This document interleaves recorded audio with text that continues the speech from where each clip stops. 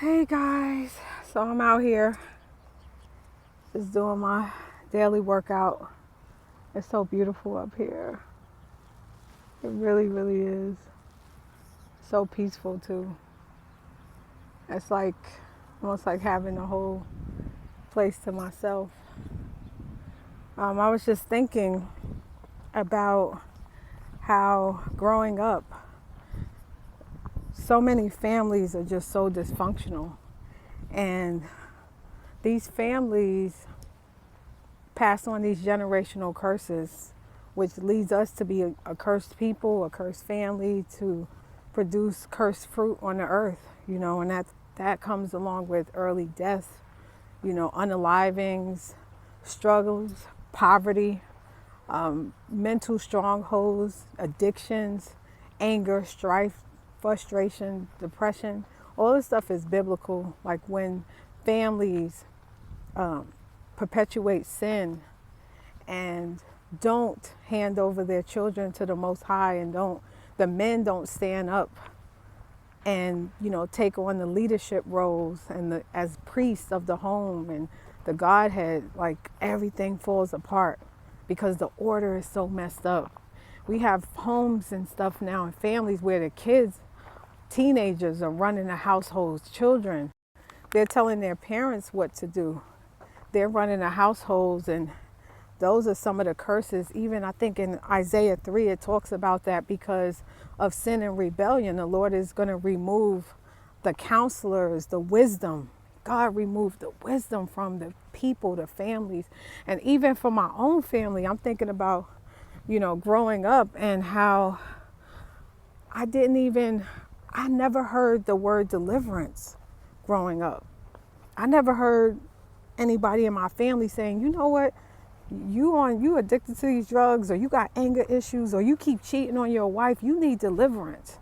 And a lot of my family grew up in the church, and I'm like, I spent, a lot of my childhood in the church, especially not from my immediate family, but when I would go to my family members' homes, aunts, cousins, extended family, they would have me in church. And I'm like, how is it that I didn't hear about deliverance? Like, I didn't even really start hearing about deliverance until, oh my goodness, only a few years ago, like maybe even 2018. That's crazy. Now, I heard of it before then, but like where it was like a topic where I heard people really discussing it, I'm just like, how is it that I didn't even hear about this until then? Like, that's so wild to me. And yeah, it's just like we pass on these dysfunctional, oh my goodness, life. It's a lifestyle of sin. And how it's funny. I mean, I'm think about growing up and how, certain drug addicts and alcoholics were able to just come up in my home. I was a kid watching this stuff, and I remember being 12 years old, and as a family member who was on drugs, and everybody knew that this person was a thief and all this stuff. And I'm just like, you guys know that this person has a serious drug problem and always comes over here when they want to steal, and y'all still let them in the house, and y'all still allow these things. And it was just mind-boggling to me how this was able to just run on like this, and everybody would laugh at it. And it's crazy because I remember being a kid, and I just had a strong sense of justice and knowing that that was wrong. And I just, nobody listened to me because, of course, I was a kid, right? But as I reflect on it now, I think about how sin was able to thrive in our communities, how it's still able to thrive, and it goes unchecked.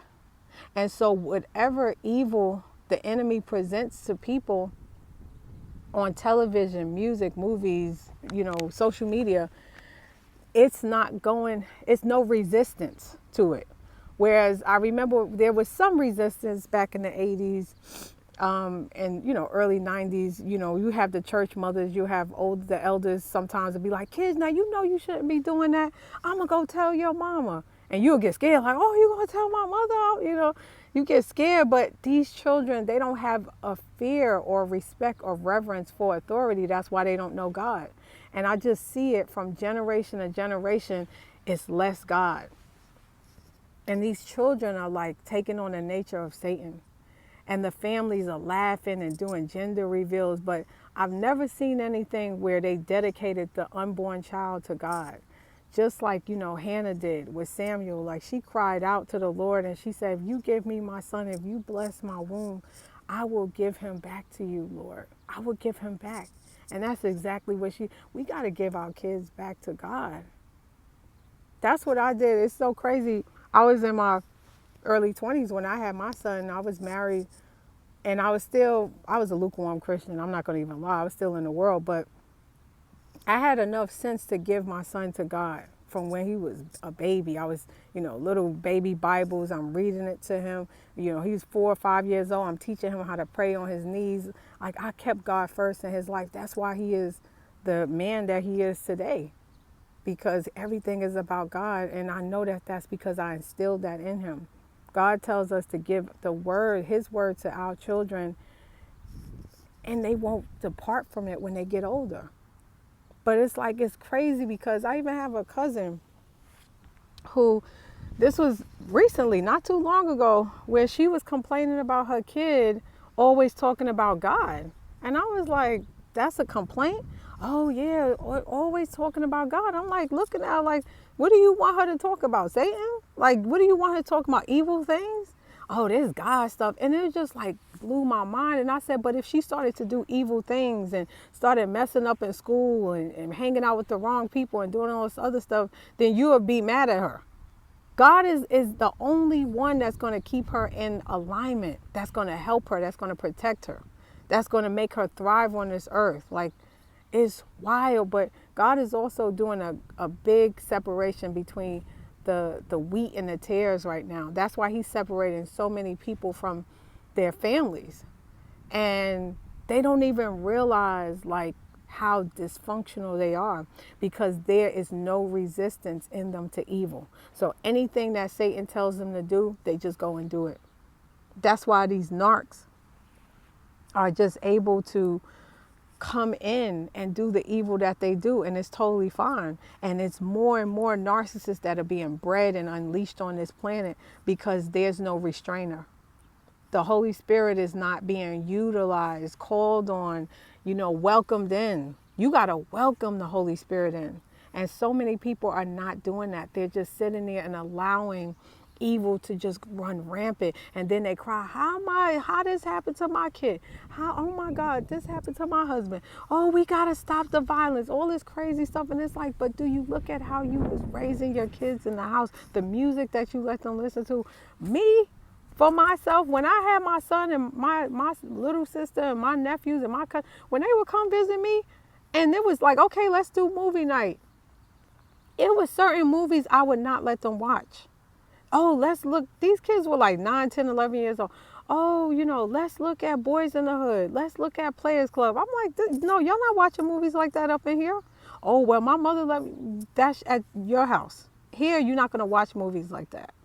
Not with anything overly sexual, overly violent, drugs and all. No. You're not going to watch that here. The most things that I would have them watch that was violent would be like a zombie movie or something like that.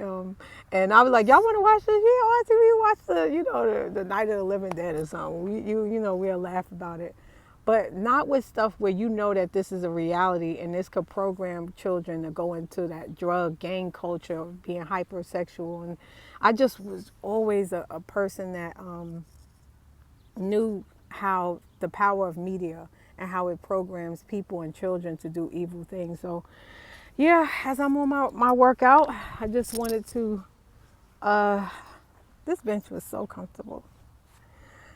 Oh, such a gorgeous day. But I had to just leave this message here and just made me think about dysfunctional families and how when Satan can't get to you, what he'll do is make it so that you curse yourself.